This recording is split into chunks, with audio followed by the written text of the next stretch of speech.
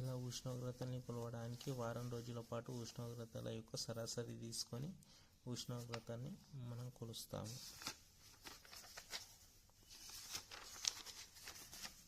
తర్వాత భూచలనాలు, ఋతువులు.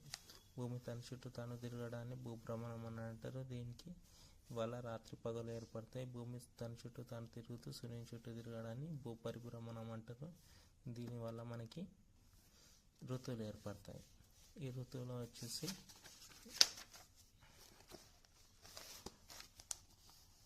మనకి ఈ కాలాన్ని ప్రభావితం చేసే అంత భూమి గుండ్రంగా ఉండకుండా గోళాకారంలో ఉండడం వల్ల భూమి తన అక్షం మీద రోజుకు ఒకసారి తన భూభ్రమణం అంటారు. సూర్యుని చుట్టూ తిరిగితే ఒక అక్షం కలిగి ఉంటుంది. భూమి పడమర నుంచి తూర్పు వైపుకు తిరుగుతుంది. 6 నెలల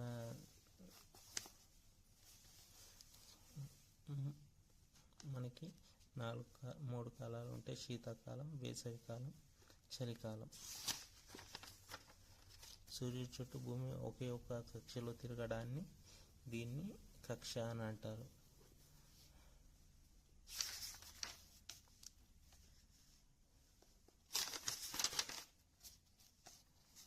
తర్వాత ధ్రువ ప్రాంతాలు అంటే మనం భూమిని గ్లోబ్గా తీసుకున్నట్లయితే మధ్య భూమధ్య రేఖకు తీసుకున్నానంటే ఇక్కడ పైన ఉండే భాగాన్ని ధ్రువ ప్రాంతం అని, ఇక్కడ సైడ్ ఉండేదాన్ని ధ్రువ ప్రాంతం అని అంటారు. ఈ ధ్రువ ప్రాంతాలు ఎలా ఉంటారు అని అంటే జీవులు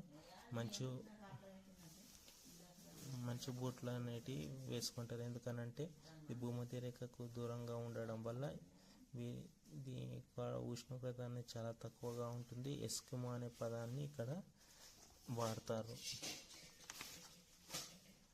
వృక్షజాలం కూడా చలి కారణంగా నేలపై పొర సంవత్సరం పొడవునా రాయిలాగా గడ్డ కట్టుకొని ఉంటుంది. ఎందుకనంటే ఇక్కడ మంచు అనేది చాలా ఎక్కువగా ఉంటుంది కాబట్టి. సామూహిక జీవనాలు ఎస్కిమోలు చేస్తాయి అని అంటే చిన్న చిన్న జంతువులు ఇక్కడ మాత్రం బతకగలుగుతాయి. మనుషులు బతకడం చాలా రేర్ అన్నట్టు. ఇక్కడ స్లెడ్జ్ బండి, కారిబో, అలాస్కాలోని కామ్నిస్టి, న్యూట్ ప్రజలు.